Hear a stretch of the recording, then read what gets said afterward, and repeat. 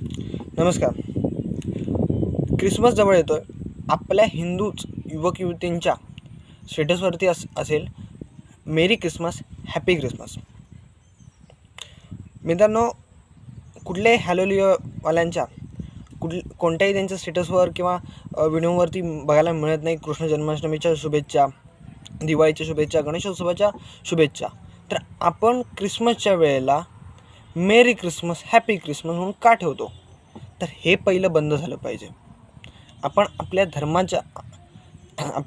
धर्मकार्यामध्ये आपण स्वतः सहभागी झालं पाहिजे. आज ख्रिश्चन आपल्या लोकांचं परिवर्तन करून त्यांच्या धर्मात घेत आहेत.